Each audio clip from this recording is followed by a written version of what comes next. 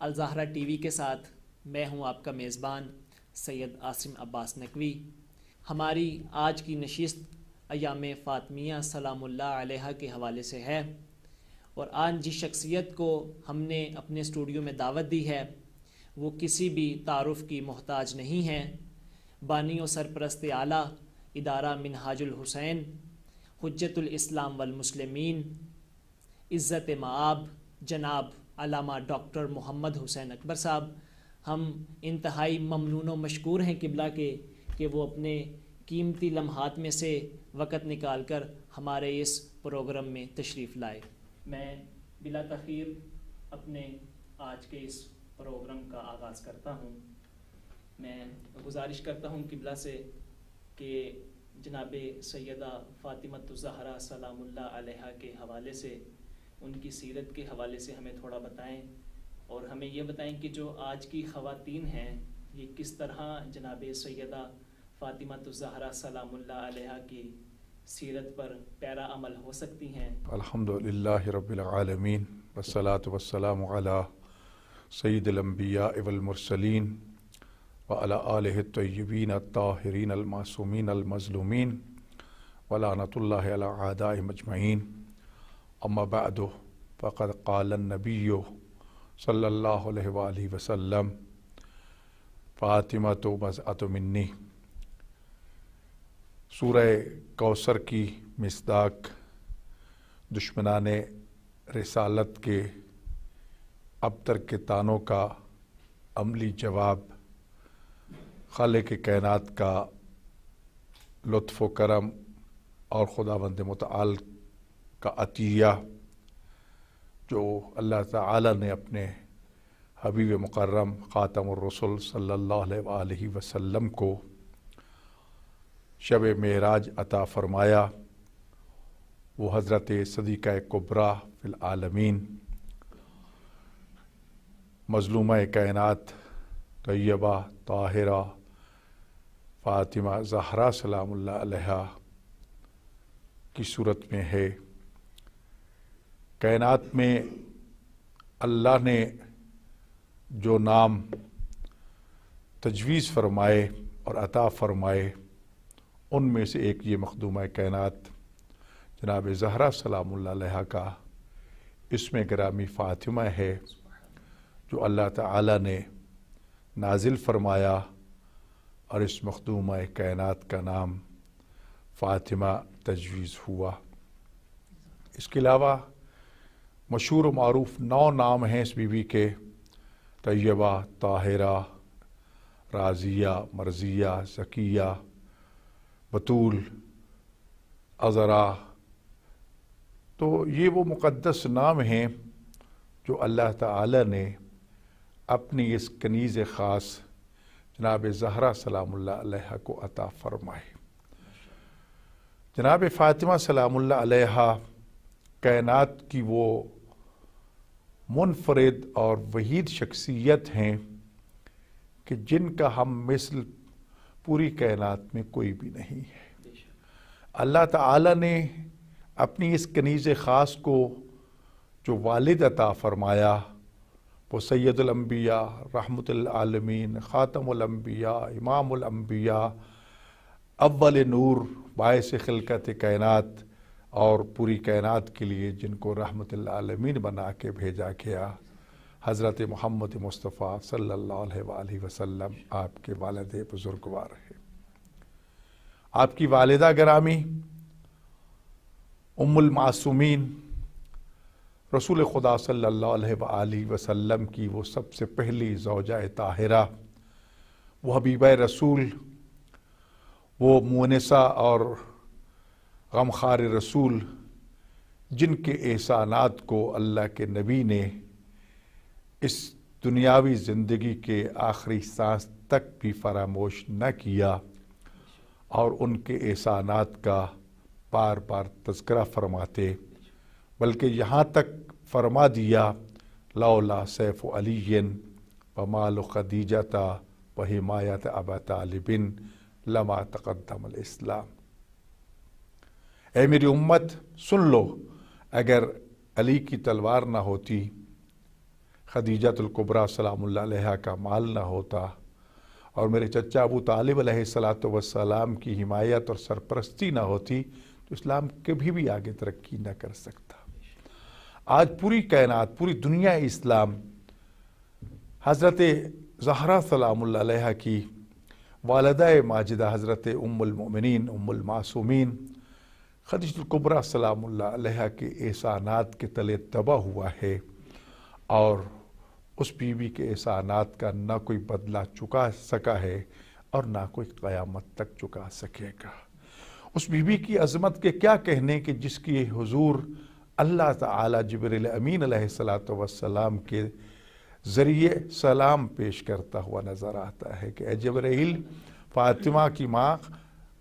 خدیجہ کو میرے سلام پیش کرنا۔ یقیناً حضرت زہرا سلام اللہ علیہا وہ معصومہ کائنات ہیں کہ جو خود بھی معصومہ ہیں، اور خالق کائنات نے ان کو جو شوہر عطا کیا وہ بھی کائنات کا عظیم المرتبت منفرد شخصیت حضرت امیر المومنین امام المتقین قائد غر المحجلین حضرت علی ابن ابی طالب علیہ السلام، جو سید الاوصیاء ہیں، جو سید الاولیاء ہیں، سید الاسخیاء ہیں، جو کائنات کی جتنی خوبیاں اپنے کمال و انتہا کو پہنچتی ہیں، امیر المومنین علی ابن ابی طالب علیہ السلام کے کمالات کی وہاں سے ابتدا ہوتی ہے۔ علی جیسا شوہر نہ کائنات میں کسی کو ملا ہے اور نہ ملے گا۔ پھر خالق کائنات نے اپنی اس کنیز خاص کو جس اولاد سے نوازا وہ جوانان جنت کے سردار امام حسن اور امام حسین علیہ السلام، یہ دونوں شہزادے امام حسن علیہ السلام اور امام حسین علیہ السلام، جنہوں نے لعاب دہن رسالت چوس کے پرورش پائی، آغوش طیبہ طاہرہ اور عصمت میں پروان چڑھے اور حصار امامت میں پوری زندگی گزاری۔ امیر المومنین علی ابن ابی طالب جیسے امام المتقین قائد غر المحجلین یعصوب الدین جیسا بابا ان کو عطا ہوا، تو یقیناً جو اس گوہر صدف سے اس کائنات کو بیٹیوں کی صورت میں زہرا نے دین کی محافظ بیٹیاں عطا فرمائیں، وہ جناب زینب سلام اللہ علیہا اور جناب ام کلثوم سلام اللہ علیہا جیسی بیٹیاں ہیں۔ لہٰذا اس حوالے سے جب جناب زہرا سلام اللہ کو جس بھی پہلو سے دیکھیں تو بلندیوں کی انتہا پہ نظر آتی ہے۔ حدیث قصہ چادر تطہیر کے نیچے پیتن پاک کا اکٹھا ہونا اور پھر خالق کائنات سے جبرائیل امین کا پوچھنا کہ یہ چادر کے نیچے کون ہیں، تو خالق کائنات نے ویسے ہی فوراً نہیں کہہ دیا بلکہ اس سے پہلے ایک تمہید، ایک مقدمہ کہ اے میرے فرشتوں، کس زمین کو میں نے خلق نہیں کیا، یہ آسماں کا شامیانہ میں نے نہیں لگایا، یہ دریا، یہ کشتیاں، یہ بحر و بر، یہ سمندر، یہ کائنات کی ہر چیز جو ہے وہ ان 5 کی خاطر میں نے خلق فرمائی ہیں، اگر یہ پیدا نہ کرتا تو کسی کو بھی پیدا نہ کرتا۔ پھر اس کے بعد بتاتے ہیں کہ یہ فاطمہ ہے، فاطمہ کے بابا ہیں، فاطمہ کے شوہر ہیں، فاطمہ کے بیٹے ہیں۔ تو حدیث قدسی میں اللہ تعالیٰ اس طرح اس مخدومہ کا نام، اپنی اس کنیز خاص کا نام اتنے احترامات اور اتنے القابات کے ساتھ لے رہا ہے اور مقام زہرا سلام اللہ علیہ کو دنیا کے سامنے لا رہا ہے۔ رسول خدا صلی اللہ علیہ وآلہ وسلم جو اپنی اس بیٹی کو کبھی تو جگر کا ٹکڑا کہتے ہیں، کبھی شریک کار رسالت کہتے ہیں، اور سورہ کوثر کی یہ عملی تفسیر بن کر دنیا میں آئیں اور خیر کثیر سے تعبیر کیا گیا۔ رسول خدا صلی اللہ علیہ وآلہ وسلم نے اپنی اس بیٹی کے بارے میں فرمایا فاطمہ تو سر من اسرار اللہ، فاطمہ اللہ کے رازوں میں سے ایک راز ہے اور راز اسے کہا جاتا ہے کہ جو صرف جس کے پاس ہے وہی جانتا ہے، اس کے علاوہ اس کے بارے میں اور کوئی نہیں جان سکتا۔ تو حقیقت یہی ہے کہ مقام زہرا سلام اللہ علیہا کو نہ کوئی کما حق کو جان سکا ہے اور نہ قیامت تک جان سکے گا۔ حدیث میں جس طرح ہے، تفاسیر میں سورہ قدر جو ہے حضرت زہرا سلام اللہ علیہا کی شان میں نازل ہوئی، اور اس سے مراد زہرا کے القاب میں سے ایک لقب بھی لیلۃ القدر ہے کہ فاطمہ شب قدر ہیں۔ تو اگر ہم اس حدیث کی روشنی میں سورہ قدر کی تفسیر کو بیان کریں اور آیات کا ترجمہ کریں تو خداوند متعال کا انداز بیان جو ہے وہ مقام زہرا سلام اللہ علیہا کو واضح کرتا ہوا نظر آتا ہے کہ وَمَا أَدْرَاكَ مَا لَيْلَةُ الْقَدْرِ، آپ کیا جانے شب قدر کیا ہے، اور اگر ترجمہ بدل کے کروں تو یہ کہا جا رہا ہے کہ آپ کیا جانے مقام زہرا سلام اللہ علیہ کیا ہے۔ تو یقیناً جناب زہرا سلام اللہ علیہ کا مقام بہت ہی بلند و بالا، اور ان کی سیرت، ان کا کردار، اس سے بہتر اور کیا ہم سوچ سکتے ہیں کہ جو آغوش رسالت میں پروان چڑھی ہوں، جنہوں نے سیدۃ نساء العالمین کا لقب حاصل کیا ہو۔ اور قرآن نے بے شک حضرت مریم سلام اللہ علیہ کے بارے میں بھی کہا ہے کہ وہ سیدۃ نساء العالمین ہیں، لیکن حضرت امام جعفر صادق علیہ السلام سے جب پوچھا گیا کہ حضرت مریم بھی عالمین کی عورتوں کی سردار ہیں اور جناب زہرا سلام اللہ علیہ بھی عالمین کی عورتوں کی سردار ہیں، تو آپ نے فرمایا کہ دونوں میں فرق یہ ہے کہ مریم سلام اللہ علیہ صرف اپنے زمانے کی عورتوں کی سردار تھیں، لیکن ہماری جدہ زہرا سلام اللہ علیہ حضرت حوا سے لے کر قیامت تک آنے والی کائنات کی تمام خواتین کی سید و سردار کا نام فاطمہ زہرا سلام اللہ علیہ ہے۔ یقیناً جناب زہرا سلام اللہ کا کردار نہ صرف عورتوں کے لیے مشعل راہ ہے بلکہ کائنات کے مردوں کے لیے بھی مشعل راہ ہے، کیونکہ ایک بات میں آخری عرض کرتا چلوں، سنت کی تعریف جو علم فقہ میں کی گئی ہے وہ ہے قول معصوم، فعل معصوم، تقریر معصوم، یعنی معصوم کوئی کام کر دیں وہ سنت کہلاتا ہے، وہ شریعت بن جاتا ہے۔ معصوم کوئی بات فرما دیں ان کا قول جو ہے وہ شریعت بن جاتا ہے، وہ قانون بن جاتا ہے۔ اور معصوم کے سامنے کوئی کام کرنے والا کام کرے اور معصوم اسے منع نہ فرمائے تو وہ بھی قانون کا درجہ اختیار کر جاتا ہے۔ تو اس تعریف میں لفظ معصوم کہا گیا، تو لہٰذا جناب زہرا سلام اللہ علیہ بھی 14 معصومین میں شامل ہیں۔ تو جس طرح رسول خدا صلی اللہ علیہ وآلہ وسلم کا قول و فعل اور تقریر حجت ہے اور وہ شریعت کے سانچے میں ڈھلتا ہے، اسی طرح علی ابن ابی طالب اور جناب زہرا سلام اللہ علیہ اور ان کے 11 معصوم بیٹوں کا قول و فعل اور ان کی تقریر جو ہے وہ بھی شریعت کے سانچے میں ڈھلتی ہوئی نظر آتی ہے۔ ان کے عمل، ان کے فعل اور ان کے قول کو شریعت کا اور قانون کا درجہ حاصل ہے، تو لہٰذا جس طرح ان کی اطاعت واجب ہے اس طرح جناب زہرا سلام اللہ علیہ کی اطاعت بھی نہ صرف انسانوں پر، جنوں پر، بلکہ کائنات کی تمام مخلوقات پر، یہاں تک کہ امام معصوم نے وضاحت کرتے ہوئے ارشاد فرمایا کہ الانبیاء والاوصیاء،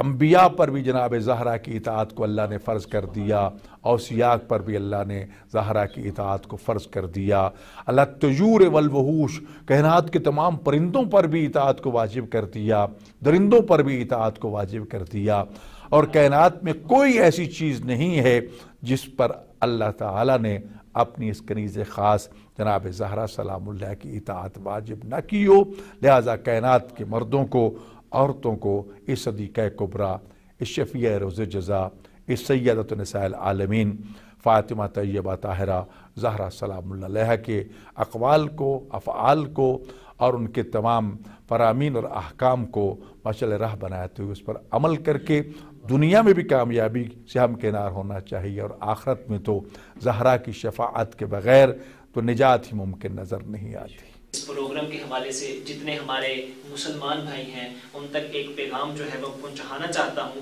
وہ ایک سوال ہے، لیکن اس سے پہلے میں ایک دو سوالات ہیں جو قبلہ سے گزارش کرنا چاہتا ہوں کہ ان کے بارے میں بتائیں، اور پھر وہ میں آپ سے سوال کرنا چاہتا ہوں۔ جناب سیدہ کا نام جو ہے وہ فاطمہ کیوں رکھا گیا، اور جناب سیدہ کا نام ہے جناب سیدہ کا جو لقب ہے ایک زہرا، جیسے کہ میں نے پہلے عرض کیا ہے کہ اللہ تعالیٰ نے جناب بنت رسول جناب زہرا سلام اللہ علیہ کا نام مبارک جو ہے وہ آسمان سے نازل فرمایا، اور اس بی بی کا نام فاطمہ رکھا گیا۔ فاطمہ کے معنی جو لغت میں بیان ہوئے یا تفاسیر میں بیان ہوئے وہ کئی ایک معنی ہیں، ان میں سے ایک معنی فاطمہ سے لیا گیا ہے۔ فاطمہ عربی زبان میں بچے کا ماں کے دودھ کو چھوڑنا یا ماں کا بچے کے دودھ کو چھڑانا، اس کے لیے لفظ فاطمہ استعمال ہوتا ہے۔ وجہ یہ اس کی بیان کی گئی کہ فاطمہ اس لیے رکھا گیا نام کہ روز قیامت جناب زہرا سلام اللہ علیہ اپنے بابا کے تمام محبوں کو، اپنے شوہر کے تمام شیعوں کو، اپنے بیٹوں کے عزاداروں اور فرما برداروں کو جہنم سے نجات دلائیں گی، اس لیے ان کو فاطمہ کہا گیا۔ دوسری وجہ یہ بیان فرمائی گئی کہ فاطمہ کے معنی ہے عاجز آ جانا، کہ فاطمہ کو فاطمہ اس لیے کہا گیا کہ پوری دنیا جو ہے وہ مقام زہرا کو کما حق کو جاننے سے عاجز آ چکی ہے، اس رتبے تک نہیں پہنچ سکتی جو خدا نے مالک کائنات نے اپنی یہ کنیز کو عطا کیا ہے، اس کی طرف پہلے میں اشارہ کر چکا ہوں کہ سر من اسرار اللہ، فاطمہ تو اللہ کے رازوں میں سے ایک راز ہے، تو راز تک رسائی جو ہے وہ ممکن نہیں ہے ہر ایک کی، تو اس لیے فاطمہ نام رکھا گیا۔ اور جہاں تک تعلق ہے زہرا سلام اللہ علیہ کا، تو بی بی کے القاب میں سے ایک لقب جو ہے وہ زہرا ہے۔ زہرا کی بھی کئی ایک وجوہات بیان کی گئی ہیں۔ ایک تو یہ وجہ بیان کی گئی کہ یہ مخدومہ کائنات جب صبح کے وقت مصلی عبادت پہ کھڑی ہوتی تو آپ کے چہرہ انور کا نور جو ہے وہ آسمان تک منور کرتا ہوا نظر آتا، پورے اہل مدینہ کو پتہ چل جاتا کہ زہرا اس وقت مصلی عبادت پر ہے۔ جب ظہر کا وقت ہوتا تو زرد رنگ کا نور جو آپ کے چہرے سے نکلتا، جو آسمانوں تک پھیلتا جاتا اور پوری کائنات کو منور کرتا ہوا نظر آتا۔ اہل مدینہ کو پتہ چل جاتا کہ زہرا اس وقت مصلی عبادت پر ہے۔ اس لیے مغرب کے وقت جب آپ مصلی پہ تشریف لاتی، اللہ کے ہاں عبادت گزار ہوتی، تو آپ کے چہرہ انور کا نور جو ہے وہ آسمانوں تک پھیل جاتا، لوگوں کے علم ہو جاتا کہ زہرا اس وقت مصلی عبادت پر ہے۔ ایک وجہ تو یہ بیان کی گئی۔ دوسری وجہ حضرت امام جعفر صادق علیہ السلام سے ہی نقل ہوئی ہے، جب آپ سے یہ سوال کیا گیا لما سمیت فاطمۃ زہرا الزہرا، کہ جناب فاطمہ زہرا سلام اللہ علیہ کا نام زہرا کیوں رکھا گیا، تو آپ نے ارشاد فرمایا کہ جب اللہ تعالیٰ نے ملائکہ کو پیدا کیا، فرشتوں کو پیدا کیا، تو ہر وقت ہر طرف اندھیرا تھا، تاریکی تھی، تو فرشتے جو کہ اللہ کی نوری مخلوق ہیں انہوں نے اپنے خالق سے التجا کی کہ پروردگار اندھیرا ہے، تاریکی ہے، ہم ایک دوسرے کو دیکھ نہیں پاتے، اس اندھیری اور تاریکی کو ختم ہونا چاہیے۔ تو اللہ تعالیٰ نے اپنی اس کنیز خاص کے نور انور سے پردہ ہٹایا۔ اس پردے کا ہٹنا تھا کہ کائنات جو ہے وہ نور زہرا سے روشن ہو گئی، اور احادیث میں ہے کہ چاند اور سورج کی روشنی جناب زہرا سلام اللہ علیہ کے نور انور کی خیرات ہے۔ اور پھر ارشاد فرمایا کہ یہ نور اتنا یعنی تیز تھا کہ اللہ کے نورانی مخلوق فرشتے بھی اس کو دیکھنے کی تاب نہ لا سکے، اور خدا کے حضور سجدہ ریز ہو گئے، سجدہ ریز ہو کر التجا کرتے ہیں الہنا و ربنا من لہذا النور، اے ہمارے مالک، اے پروردگار، اے معبود برحق، یہ کون ہستی ہے جس کا یہ نور ہے؟ تو ارشاد پروردگار ہوا ھذا نور من نوری، یہ میرے نور کا ایک حصہ ہے، اور میں اس نور کو اپنے انبیاء میں سے ایک نبی کی صلب میں ودیت کروں گا، وَأُفَضِّلُهُ عَلَىٰ جَمِيعِ انبیائی، اور اس نور کی وجہ سے میں اپنی اس نبی کو تمام انبیاء پر فضیلت عطا کروں گا۔ تو لہٰذا اگر یہ کہہ دیا جائے کہ سرکار ختمی مرتبت صلی اللہ علیہ وآلہ وسلم کے سر اقدس پر انبیاء کی سرداری کا تاج رکھا گیا ہے تو بے جا نہیں ہوگا کہ آپ کے صلب مقدس میں نور زہرا سلام اللہ علیہ موجود تھا۔ تو لہٰذا یہ مختصر سے تشریحات میں نے عرض کی ہیں، وگرنہ اس کے علاوہ بھی ان دونوں اسماء کی بہت سی تفاصیل جو ہیں وہ کتب احادیث میں موجود ہیں۔ ایک بہت ہی اہم سوال ہے کہ جہاں پر رسول خدا اور ائمہ معصومین اتنی زیادہ عظمت بیان فرما رہے ہیں جناب سیدہ فاطمہ الزہرا سلام اللہ علیہ کی، کہ جب جناب سیدہ جو ہیں وہ اپنے بابا کے پاس دربار میں آتی تو رسول خدا احتراماً کھڑے ہو جاتے، اور قبلہ یہ وہ رسول کھڑے ہو رہے تھے کہ جن کے بارے میں اللہ خود کہہ رہا ہے کہ وما ینطق عن الہوا، کہ میرا یہ جو رسول ہے میری خواہش کے بغیر بولتا ہی نہیں ہے۔ قبلہ وہ رسول جو خواہش کے بغیر بولتا ہی نہیں ہے تو وہ خواہش کے بغیر کھڑا کس طرح ہو سکتا ہے؟ یعنی کہ وہ رسول جب جناب سیدہ تشریف لاتی تو وہ رسول کھڑے ہو جاتے اور اتنی فضیلت بیان فرمائی، اور اتنی فضیلت بیان کرنے کے باوجود، یعنی بتانے کے باوجود جتنا احترام ان کا تھا دل میں، تو یہ ایک بہت ہی ایک عجیب سی بات ہے کہ اتنا بتانے کے باوجود لوگ اس ہستی کا احترام نہ کریں۔ تو قبلہ یہ ایک سوال ہے کہ رسول خدا نے فرمایا کہ جس نے جناب سیدہ کو اذیت پہنچائی اس نے مجھے اذیت پہنچائی، اور جس نے جناب سیدہ کو ناراض کیا اس نے اللہ کو ناراض کیا۔ قبلہ اتنی فضیلت بتانے کے باوجود، اتنا مرتبہ بتانے کے باوجود یہ کیا ایسی وجہ تھی کہ جس کے بعد رسول خدا کو یہ کہنا پڑا کہ جس نے جناب سیدہ کو ناراض کیا اس نے اللہ کو ناراض کیا؟ رسول خدا صلی اللہ علیہ وآلہ وسلم نے اور اللہ تعالی نے جناب زہرا سلام اللہ علیہ، جناب امیر المومنین علی بن ابی طالب علیہ السلام، حسنین کریمین شریفین کہ مقام و رتبہ کو اپنی مخلوق اور رسول خدا نے اپنی امت کے سامنے نمایاں کرنے کے لیے کئی مرتبہ مختلف حوالوں سے ان کی عظمت کو پیش کیا۔ قرآن کریم کا شان نزول دو طرح کا ہے۔ ایک وقت قرآن نازل ہوا، اہل بیت اطہار نے اس پر عمل کر کے دکھایا۔ ایک وقت اہل بیت اطہار نے عمل کیا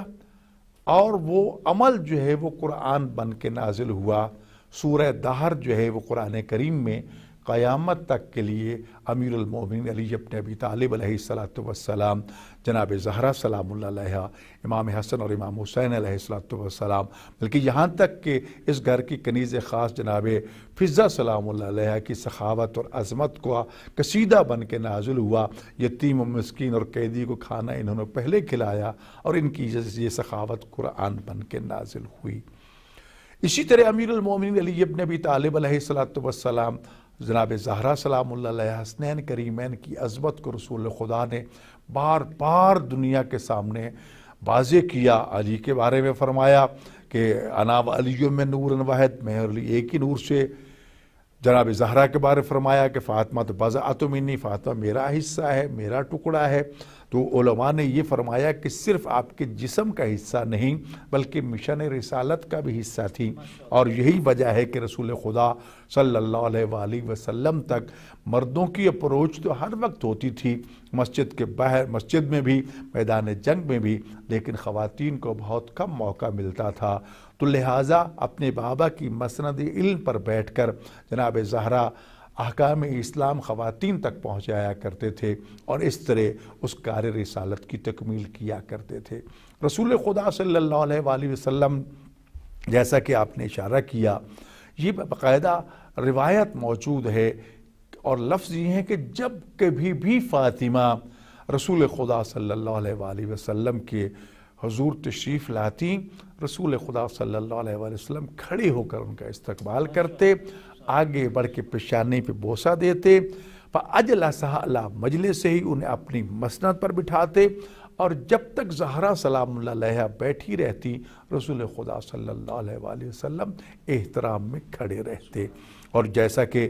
قرآن کریم کی یہ آیت مجیدہ اللہ تعالیٰ کے نبی کے مقام و رتبہ کو واضح کر رہی ہے کہ وما ینطق عن الہوی ان ہوا الا وحی یوحی، کہ میرا رسول اپنی مرضی سے نہیں بولتا بلکہ جو وحی نازل ہوتی ہے اس وحی کے مطابق وہ گفتگو اور نطق فرماتا ہے۔ اور اسی طرح وما رمیت اذ رمیت ولکن اللہ رمی، اے رسول تو نے کنکر نہیں پھینکے، یہ تو اللہ نے کنکر پھینکے ہیں۔ فرمایا من یطع الرسول فقد اطاع اللہ، جس نے اللہ کے رسول کی اطاعت کی گویا کہ اس نے اللہ کی اطاعت کی۔ تو لہٰذا رسول خدا صلی اللہ علیہ وآلہ وسلم کا یہ عمل یا باقی مقام زہرا سلام اللہ علیہ کو واضح کرنے کے لیے آپ کے اعمال و کردار جو ہیں وہ دنیا کے لیے نمونہ عمل ہیں۔ انہی میں سے آیت تطہیر کا جب نزول ہوا تو کم از کم روایات میں یہ محفوظ ہے کہ 6 مہینے تک لگاتار رسول اکرم صلی اللہ علیہ وآلہ وسلم جب کبھی بھی در زہرا سلام اللہ علیہ پر آتے رک جاتے، سلام کرتے السلام علیکم یا اہل بیت النبوہ و معدن الرسالہ کہہ کے انما یرید اللہ لیذہب عنکم الرجس اہل البیت ویطہرکم تطہیرا، یہ آیت مجیدہ کی تلاوت کرتے، اذن دخول طلب کرتے، پھر گھر میں داخل ہوتے۔ تو جناب رسول خدا کا در زہرا پہ رکنا، اجازت مانگنا، یہ مقام زہرا سلام اللہ علیہ کو واضح کرتا ہوا نظر آتا ہے۔ لیکن افسوس یہ ہے کہ یہ سارا کچھ رسول خدا صلی اللہ علیہ وسلم نے تو اس لیے کہا تھا، کبھی کہا کہ فاطمہ مجھ سے ہے میں فاطمہ سے ہوں، کئی فرمایا علی مجھ سے ہے میں علی سے ہوں، کئی فرمایا حسن مجھ سے ہے میں حسن سے ہوں، کئی فرمایا حسین مجھ سے ہے میں حسین سے ہوں۔ حدیث قصہ میں فرمایا انہم منی و انا منہم، یہ مجھ سے ہیں میں ان سے ہوں، اور پھر ارشاد فرمایا کہ جو ان کو اذیت پہنچائے گا وہ مجھے اذیت پہنچائے گا، جس نے ان سے جنگ کی اس نے میرے ساتھ جنگ کی، جس نے ان کے ساتھ صلح کی اس نے میرے ساتھ صلح کی۔ تو یہ سارا کچھ اس لیے تھا تاکہ میرے بعد میرے اہل بیت اطہار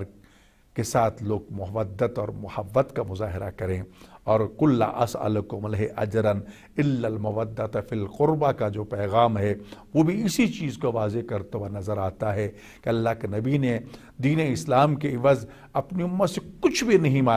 مانگا ہے تو مودت کو مانگا ہے، اور مودت اسے کہتے ہیں جو محبت پر بھی قربان کی جاتی ہے۔ لیکن افسوس یہ ہے کہ امت نے رسول خدا صلی اللہ علیہ وآلہ وسلم کے اس پیغام کو، ظاہرہ کے اس مقام کو رسول رحمت کے رحلت کے فوراً بعد فراموش کر دیا،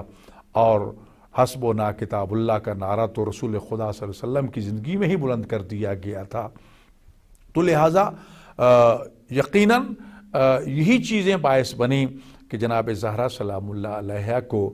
اپنا حق لینے کے لیے اپنے بابا کے بعد ابو بکر کے دربار میں جانا پڑا، اور بی بی کا وہ احترام نہ ہوا کہ جو رسول خدا صلی اللہ علیہ وآلہ وسلم فرمایا کرتے تھے، بلکہ کئی گھنٹے وہاں کھڑا ہونا پڑا۔ آپ نے اپنے حق کا مطالبہ کیا تو پہلی مرتبہ ایک من گھڑت حدیث کا سہارا لے کر اپنے موقف کو ثابت کرنے کی کوشش کی گئی کہ رسول خدا نے یہ فرمایا ہے کہ ہم انبیاء، گروہ انبیاء جو ہیں وہ درہم و دینار نہیں چھوڑتے میراث کے طور پر، لیکن اسی وقت آپ کے ساتھ جو بطور گواہ اور معاون کے جناب رسول خدا صلی اللہ علیہ وآلہ وسلم کی کنیز خاص اور جناب زہرا سلام اللہ علیہ کی کو بطور میراث ملنے والی کنیز رسول خدا صلی اللہ علیہ وسلم جو ہیں ام ایمن، انہوں نے وہیں کھڑے ہو کر دربار والوں کو مخاطب کر کے کہا تھا مجھے جانتے پہچانتے ہو، میں ام ایمن ہوں، میں حضرت عبداللہ علیہ السلام کی کنیز تھی، ان کی رحلت کے بعد بطور میراث میں رسول خدا صلی اللہ علیہ وآلہ وسلم کی ملکیت میں منتقل ہو گئی، میں رسول خدا صلی اللہ علیہ وسلم کی کنیز خاص تھی، ان کی رحلت کے بعد اب میں جناب زہرا سلام اللہ کی ملکیت میں آ گئی ہوں، بطور میراث کے آئی ہوں۔ تو اگر میں زہرا کی میراث کے طور پر ان کی ملکیت میں آ سکتی ہوں تو یہ فدق اور یہ جو ہبہ کیا تھا رسول خدا صلی اللہ علیہ وسلم نے مال، اور یہ جو ہبہ نامہ لکھ کے دیا تھا، اور یہ جو رسول خدا کی باقی میراث ہے، اس کی زہرا وارث کیوں نہیں بن سکتی؟ اگر تم میں جرت ہے تو میں ہی وہ خاتون ہوں نا کہ جس کے بارے میں رسول خدا فرمایا کرتے تھے کہ جس نے دنیا میں کسی جنتی عورت کو دیکھنا ہے تو ام ایمن کو آ کے دیکھ لے۔ میرے جنتی ہونے میں تو کسی کو شک نہیں ہے نا، آپ لوگوں کو تو جنت کی تمنا ہوگی، میرے بارے میں تو رسول نے یہ کہہ دیا تھا کہ میں جنتی عورت ہوں، تو میں یہ چیلنج کر کے تمہیں کہہ رہی ہوں کہ میں زہرا کی ملکیت میں ہوں، ان کی کنیز خاص ہوں، تو لہٰذا یہ سارا مال جو ہے یہ جناب زہرا سلام اللہ کی ملکیت ہے۔ لیکن کیونکہ مقاصد و اہداف مختلف تھے، وہ لوگ جنہوں نے تلوار کے ڈر سے فتح مکہ کے وقت اسلام قبول کیا تھا، وہ یہ چاہتے تھے کہ اقتدار پر قبضہ کر لیں، تو اصل منزل حصول اقتدار تھی، لہذا یہی وجہ ہے کہ رسول اکرم صلی اللہ علیہ وآلہ وسلم کے جنازہ اطہر کو بھی غسل و کفن کے بغیر چھوڑ کر سقیفہ بنی سعدہ میں لوگ جمع ہو گئے اور مسئلہ خلافت کو اپنے ہاتھوں میں لینے کی کوشش کی، جبکہ رسول خدا صلی اللہ علیہ وآلہ وسلم نے تو بارہا زندگی بھر امیر المومنین علی بن ابی طالب علیہ السلام کی خلافت بلا فصل کا پرچار کیا، عملی طور پر کر کے دکھایا، میدان غدیر خم میں تو ہاتھ پکڑ تک کے دکھایا، لیکن کیونکہ ایک سازش تھی، ایک مقصد تھا، لہذا اس کو سامنے رکھتے ہوئے ان ہستیوں کے مقام کو فوراً فراموش کر دیا گیا اور اپنے ان ذاتی مقاصد کے حصول کے لیے کوششیں تیز تر کر دی گئیں۔ یہی وجہ ہے کہ امت نے ان کے مقام کو فراموش کیا اور آج ہم عذاب سے دوچار ہیں، اور آج امت مصطفیٰ جو ہے وہ ٹکڑوں میں بٹی ہوئی ہے۔ اگر رسول خدا صلی اللہ علیہ وآلہ وسلم کے اس فرمان پر عمل کر لیتے کہ میں تمہارے درمیان دو قیمتی چیزیں چھوڑ کے جا رہا ہوں، ایک اللہ کی کتاب قرآن مجید اور ایک میری اطرت و اہل بیت، یہ وعدہ دیا تھا اللہ کے نبی نے، ما ان تمسکتم بہما لن تضلوا بعدی، جب تک ان دونوں سے وابستہ رہو گے میرے بعد ہرگز گمراہ نہیں ہوگے۔ اور پھر ارشاد فرمایا حتی یاردا علی الحوض، یہ دونوں چیزیں ایک ساتھ مل کر حوض کوثر پہ میرے پاس حاضر ہوں گی۔ تو افسوس کا مقام یہ ہے کہ مقام زہرا سلام اللہ علیہ کا فراموش کر دیا گیا اور ان مصائب و آلام سے دوچار کیا گیا کہ جو کائنات میں کسی بھی خاتون کو ایسے مصائب و آلام کا سامنا نہیں کرنا پڑا۔ یہ جو مظلومہ کائنات کی مظلومیت کے مظہر پر جناب سیدہ کے دو اہم ترین خطبے ہیں، ان پر تھوڑی سی روشنی ڈالیں۔ دیکھیں، حالات نے جناب زہرا سلام اللہ علیہ کو مجبور کر دیا تھا، کیونکہ فدق سے محرومی اور فدق کا بطور میراث کے زہرا سلام اللہ کو ملنا، بلکہ فدق تو ہبہ کر دیا تھا رسول خدا صلی اللہ علیہ وآلہ وسلم نے حکم خدا کے مطابق۔ وہ مال جو بغیر جنگ و جدل کے دشمن جو ہے رسول خدا صلی اللہ علیہ وسلم کے حوالے کر دیا کرتے تھے، اس میں فوج کا کوئی حصہ نہیں ہوتا تھا، اور فدق بھی انہی میں سے ہے۔ خیبر کی فتح کے بعد جب یہودی دشمن نے سمجھا کہ اب ہم اسلامی فوج کا مقابلہ نہیں کر سکتے، تو فدق کی جاگیر جو ہے آپ کی خدمت میں جزیے کے طور پر ہدیتاً پیش کر کے صلح کا راستہ اپنایا تھا۔ تو ظاہر ہے وہ قرآن کی نص سے رسول خدا صلی اللہ علیہ وآلہ وسلم کی ملکیت تھا، اور جناب رسول خدا صلی اللہ علیہ وآلہ وسلم نے وہ اپنی زندگی میں جناب زہرا سلام اللہ کو ہبہ کر دیا تھا، اور جو چیز ہبہ ہو جاتی ہے، جس کے نام ہبہ ہو اس کا مالک بن جاتا ہے، پھر اس کی ملکیت سے وہ خارج نہیں ہو سکتی۔ لیکن اس مال کو غصب کرنے کے لیے یہ ساری پلاننگ کی گئی تھی، جس کی وجہ سے جناب زہرا سلام اللہ علیہ کو دربار میں جانا پڑا تھا۔ صرف غصب کرنا فدق کا ہی مسئلہ نہیں تھا، بلکہ امیر المومنین علی بن ابی طالب علیہ السلام کے حق کے خلافت کو چھین لیا گیا اور ان کو اس حق سے محروم کر دیا گیا جو ظاہری طور پر بھی انہی کو ملنا چاہیے تھا۔ تو لہٰذا حقیقت میں جناب زہرا سلام اللہ علیہ نے جو حضرت ابوبکر کے دربار میں جا کر خطبہ فدقیہ دیا تھا، اس کے اگر آپ کلمات کو غور سے پڑھیں تو آپ نے اپنی میراث کی بات بھی قرآنی استدلال سے کی تھی، کیونکہ چند دن پہلے ہی وہی بزرگوار کہہ چکے تھے کہ ہمارے لیے قرآن کریم ہی کافی ہے، کہ رسول خدا کی کسی تحریر کی ہمیں ضرورت نہیں ہے۔ تو جناب زہرا سلام اللہ نے اسی قرآن سے قرآنی آیات کا استدلال کر کے بتایا کہ حضرت داؤد اپنے باپ کے وارث بنے ہیں، فلاں نبی کا بیٹا فلاں کا وارث بنا ہے، فلاں کا فلاں سے وارث بنا ہے، اور پھر یہاں تک کہہ دیا اے ابن ابی قحافہ تو اپنے باپ کی میراث کا وارث بنے اور میں فاطمہ سلام اللہ علیہا اپنے بابا کی میراث کی وارث نہ بنوں۔ کیا تم پر کوئی خاص آیت نازل ہوئی ہے کہ جس کی روح سے تو مستحق کے میراث بنے اور میں نہ بنوں؟ یہ ایک چیپٹر تھا، لیکن اس کے ساتھ جس چیز پہ زیادہ توجہ دی تھی وہ حق خلافت امیر المومنین علی بن ابی طالب تھا، کہ آپ نے جس کو حق خلافت سے محروم کر دیا ہے اس کے حوالے سے آپ نے رسول خدا صلی اللہ علیہ وسلم کی تلقینات جو ہیں وہ بیان فرمائیں، اور پھر انہیں اپنا ماضی یاد دلایا جو دربار میں سر جھکا کے خاموشی اختیار کر کے بیٹھے تھے۔ کیا تم وہی نہیں ہو کہ جو زمانہ جاہلیت میں ظالموں اور ستم گروں کی پاؤں کی ٹھوکروں کا نشانہ بنتے تھے؟ کیا تم وہی نہیں ہو جو اونٹ کا پیشاب پیا کرتے تھے؟ کیا تم وہی نہیں ہو جو خشک پتے کھایا کرتے تھے، خشک گوشت کھایا کرتے تھے؟ تمہیں میرے بابا محمد مصطفیٰ صلی اللہ علیہ وآلہ وسلم کا کلمہ پڑھنے کی وجہ سے، ان کا امتی بننے کی وجہ سے یہ عزت ملی ہے، یہ وقار ملا ہے، یہ ساری چیزیں ملی ہیں۔ آج ہی تم ان کے حکم کو، ان کے مقام کو، ان کے فرامین اور احکام کو بھول گئے ہو۔ تو یہ تفصیلی خطبہ جو ہے وہ کتب تواریخ میں موجود ہے۔ ہم نے اپنی کتاب امہات المعصومین میں بھی اس کو نقل کیا ہے، ہم نے الگ سے بھی اس خطبے کو شائع کیا ہے، اور کتاب مظلومہ کائنات میں بھی اس مکتوب کو حوالوں کے ساتھ ذکر کیا ہے۔ فریقین کی تقریباً 50 سے زیادہ کتابوں کا حوالہ دے کر ہم نے اس کو احتجاج تبرسی سے نقل کیا، اور وہ خطبہ موجود ہے۔ اور دوسرا خطبہ جو جناب زہرا سلام اللہ علیہ نے ارشاد فرمایا تھا وہ آپ کا شب شہادت کا خطبہ ہے۔ بی بی پر جو ظلم و ستم ہوا، جو آپ کے در اقدس کو آگ لگائی گئی، آپ کے اوپر دروازہ کو گرایا گیا، در و دیوار کے درمیان آپ کو پیس کے رکھ دیا گیا، آپ کی پسلیاں توڑ دی گئیں، آپ کی شکم اطہر میں محسن نام کا بیٹا شہید کر دیا گیا، جس کا نام حسن اور حسین علیہ السلام کی طرح رسول خدا صلی اللہ علیہ وآلہ وسلم نے ہی محسن رکھا تھا۔ اور زہرا سلام اللہ علیہ کی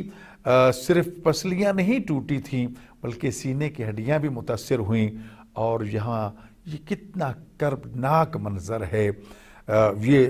اطباء سے پوچھئے، ڈاکٹروں سے پوچھئے، جو ہڈیوں کے ڈاکٹر ہیں ان سے پوچھئے کہ کسی کے سینے کی ہڈی میں درد ہو تو وہ کتنی شدت سے کراہتا ہے اور وہ درد محسوس کرتا ہے، لیکن جناب زہرا سلام اللہ فرماتی ہیں کہ میں بابا کے بعد جتنے دن بھی زندہ رہی ہوں ایک ایک سانس کے ساتھ تڑپ جاتی تھی زہرا سلام اللہ علیہ اس شدت درد کی وجہ سے، اور ایک لمحہ بھی زہرا سلام اللہ علیہ چین سے نہیں سو سکیں۔ اور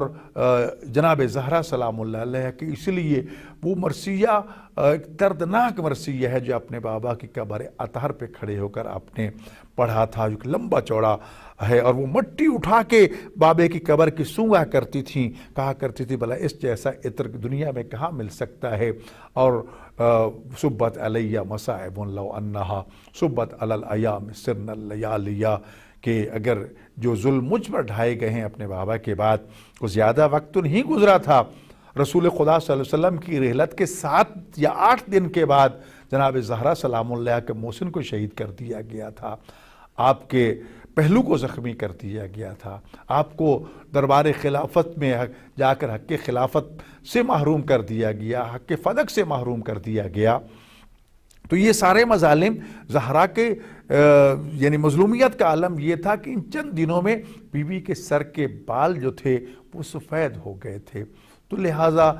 بی بی نے جو شب شہادت خطبہ دیا تھا وہ مہاجرین اور انصار کی خواتین کو جھنجھوڑتے ہوئے دیا تھا